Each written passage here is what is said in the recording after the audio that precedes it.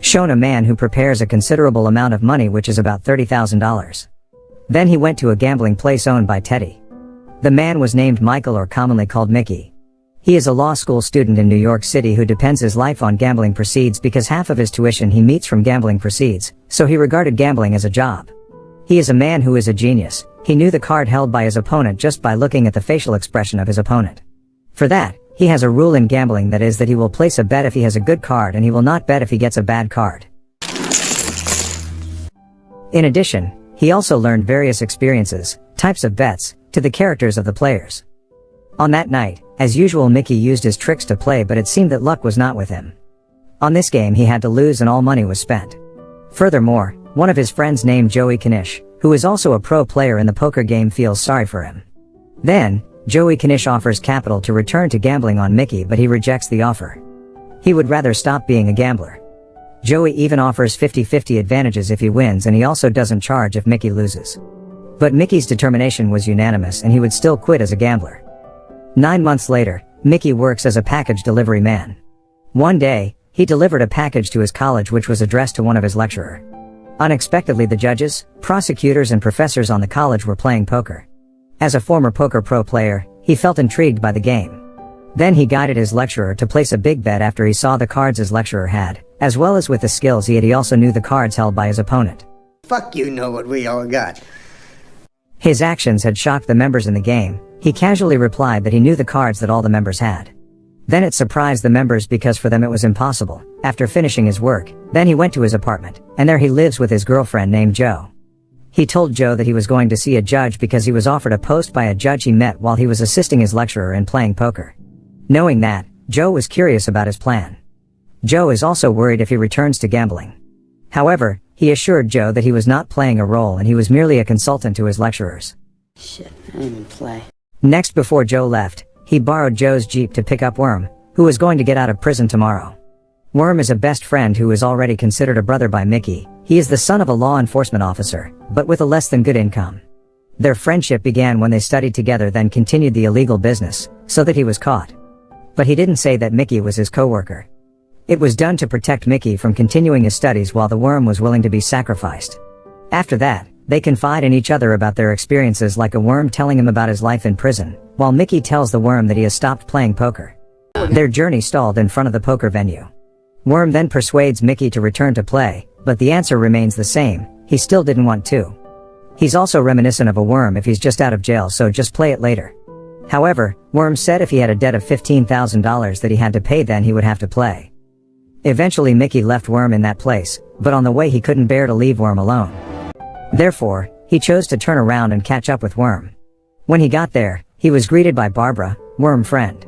Barbara did not hesitate to give him capital, after Worm said that he was a pro player. Barbara says that Mickey must have won, and Barbara asks for a fee of 25% of the winnings he earns. Mickey and Worm finally played together. With their various tricks and skills, they can easily defeat other members and get a lot of benefits.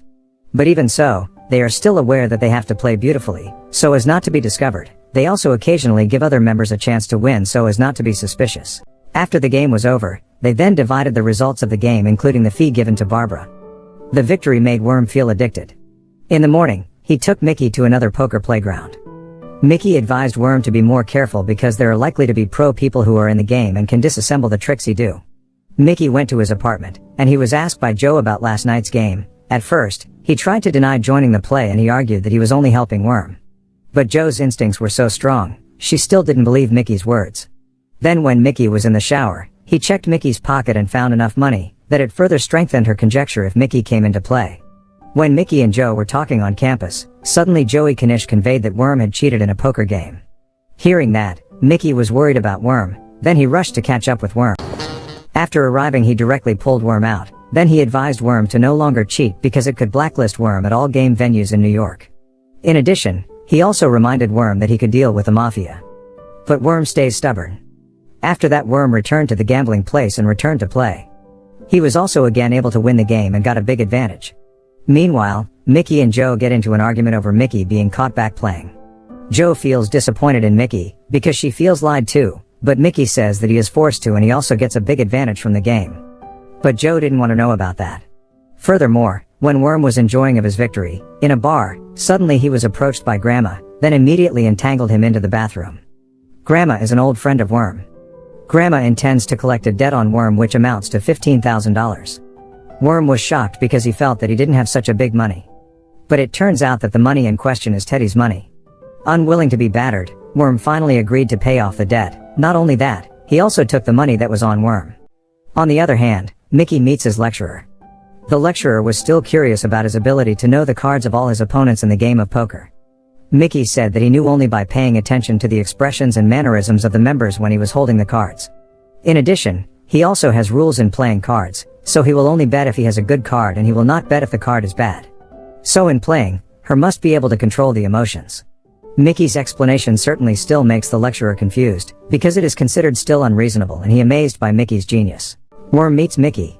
He was shocked to find Worm had injuries. Worm said that he fell. After, Mickey invited him into his apartment. But how surprised was Mickey when found his apartment had been vacant. It turned out that Joe had left without saying goodbye as well as carrying his things. He felt very sad. Seeing that, Worm tried to comfort him by saying that women are just destroyers. Not only that, Worm also says a happy life is not a woman, but a game of poker by placing big bets and winning that game. Unexpectedly, Mickey instantly turned 180 degrees. He then went to Vegas to play poker by placing large bets. When he got there, he and Worm met some other pro players like Joey Knish.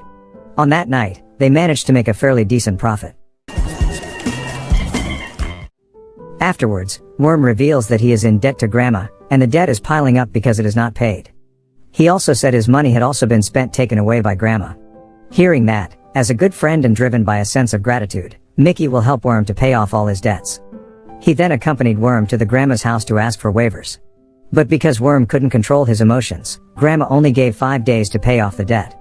Since then, Mickey has been actively playing poker at various tables to collect money, however, on the condition that Worm should not come into play, because it is worried that it will add the problem. Day after day, Mickey managed to raise money, but on the 4th day, he lost half of his money. After suffering an actual defeat, he almost won but he failed after getting an opponent who has a lot of money and is bluffed with high stakes. Now the money is only $7,500 and there is still less than $7,500 left. Subsequently, Worm suggested that he play at his friend's gambling place. At first, Mickey refused to play at the place because there were a lot of cops playing. But Worm assured him that those cops were used to gambling and he already knew those cops when he was incarcerated. Eventually Mickey plucked up the courage to come in and play at the place. At first the game went according to plan and Mickey managed to get a lot of wins in that place. But that instantly changed as Worm came into the game at the same table.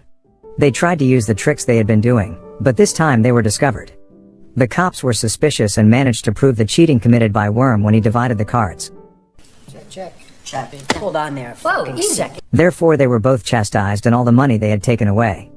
Knowing they are bankrupt and unlikely to be able to pay the debt, then Worm proposes to flee out of town, but Mickey doesn't want to. He preferred to go back to meet Grandma to tell everything in hopes of being given a chance again. The next day, he returned to Grandma's house by himself with a battered face. He went to Grandma to tell him everything. Grandma asks where Worm is. Mickey says that Worm is gone and he again asks Grandma for waivers. Grandma says you shouldn't have to guarantee your friend's debt. Grandma then gave him another day a chance. After that, Mickey meets Joey Knish for help, but $15,000 is not a small money and he only has $2,000. Joey Knish says that he can only help with that money, but he can help with other things besides money. A confused Mickey plucked up the courage to meet his lecturer. He told him everything that happened. Hearing Mickey's story, his lecturer felt sorry but he could only lend him Mickey $10,000. Now the money was still less than $5,000, for that he was desperate to gamble the $10,000 money at Teddy's place. Teddy had asked about the unpaid debt, but Mickey casually said that the payment due was tomorrow and tonight he would gamble it first. Hearing that, Teddy agreed. Then the duel between the two pro players begins. They start by bluffing each other to put up bets, but Mickey the genius isn't provoked by it. Then switched with Mickey who dropped Teddy's mentality and he managed to win by $5,000, so it's fitting to pay the debt. Don't accept it. Teddy then make fun of it. Mickey who started to be provoked finally returned to sit down to continue the game. As usual, Mickey used his ability to see the opponent's expression, so that he was not provoked. Teddy disappointed, but the game resumed. In this game Teddy was so sure of the cards he had that he put up all his money. However, it turned out that Mickey cards were better so he again won the game. Teddy was certainly very angry, but he was fair, so he still paid for his defeat. Mickey was relieved that he was able to pay the debt. Next morning, Mickey met Joe in front of the campus. He left $10,000 to give to his lecturer. Next he returned to Vegas to gamble the rest of the money.